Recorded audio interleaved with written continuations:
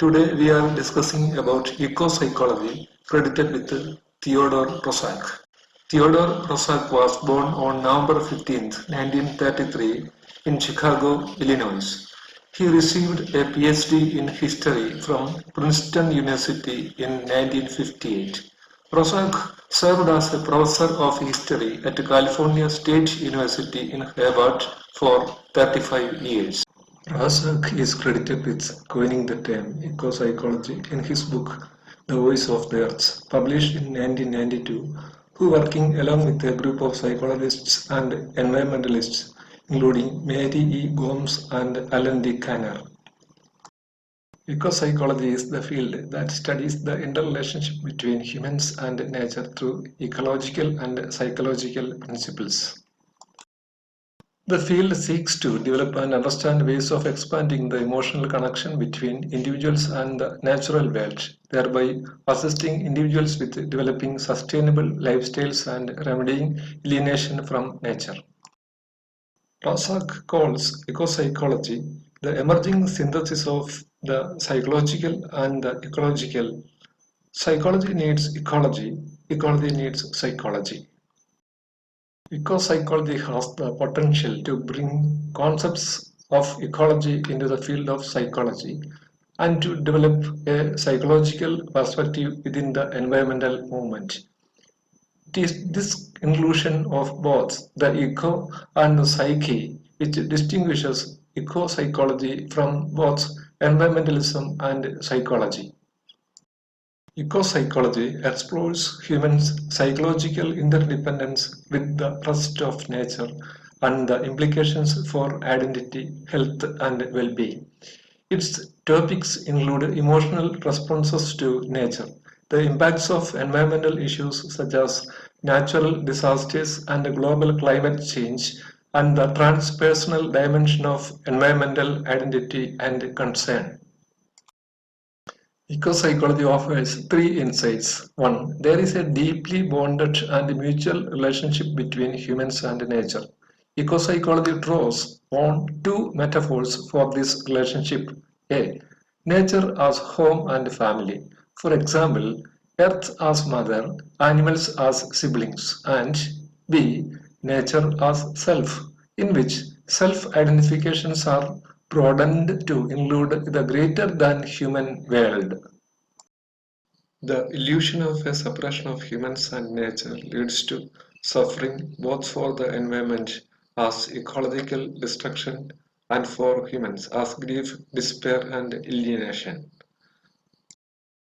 Realizing the connection between humans and nature is healing for both. This connection includes the healing potential of contact with nature, work on grief and despair about environmental destruction, ecotherapy, and psycho-emotional bonding with the world as a source of environmental action and sustainable lifestyles. Principles of ecopsychology. The fundamentals of ecopsychology are the process of being developed. The following are working hypotheses or premises of ecopsychology. Number one, the earth is a living system. Human beings are fundamentally interconnected with the earth and with all life. Neither the Earth's problems nor humanity's problems can be resolved without taking full account of this interconnection. 2. Ecopsychology seeks to heal the alienation between person and planet and establish a healthy relationship between the two. A key element of this is recognizing that the needs of the person are the same as the needs of the planet.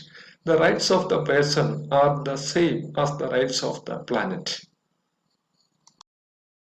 3. Rather than viewing the ecological dilemma as a crisis out there in our physical environment, ecopsychology recognizes that human consciousness is intricately involved in creating and maintaining the ecological crisis. 4. Ecopsychology calls for a new cosmology that embraces not only scientific models and understandings, but also spiritual teachings, ancient wisdom, and the non-Western knowledge of indigenous cultures. Number 5.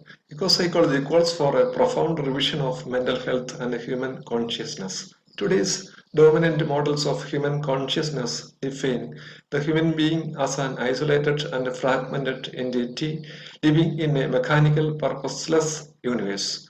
This model of human reality is a product of the old cosmology, the scientific industrial era that now weighs heavily on the planet. Number 6. The drive to live in a harmony with the natural world and its rhythms in primal innate. Suppression of that drive is just as disorienting and damaging as a suppression of other human needs. Number 7. The very notion of sanity must be redefined to include our planetary home. According to Rorschach, today's psychology and psychotherapy stop at the city limits as if the soul might be saved while the biosphere crumbles. A healthy, mature human being naturally develops an ethical responsibility for the earth. 8. Ecopsychology utilizes a pluralistic epistemology and methodology, drawing on mythological and archetypal understandings, intuitive and emotional modalities, scientific approaches, and spiritual practices. Principle number 9. Ecopsychology embraces the goals of gender equity. That means equality between women and men, masculine and feminine. Racial equity. That means equality for non-white races. And cultural justice. That means honoring and learning from non-Western cultures and indigenous peoples of the world.